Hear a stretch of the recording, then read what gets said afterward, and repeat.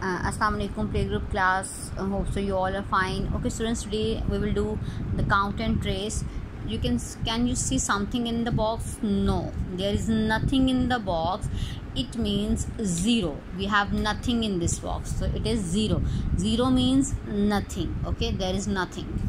Now how to draw 0? Start from here. Okay,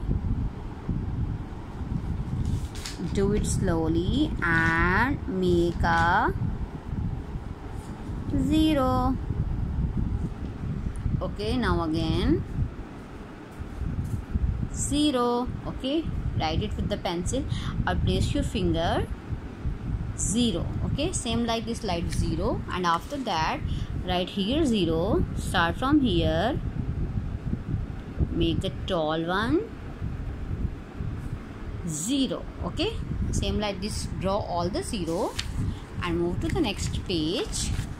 Count and write how many tens and units. Okay, this is tens and this is unit. Unit means single, 10 means with 10. Okay, now how many tens? 0. And how many units? 1 2 3 4 5. How many tens? 0. And how many units? 1 2 3 4 5 6 7 8. Okay, after that count it, how many tens, how many units, and complete the page and send the pictures to me.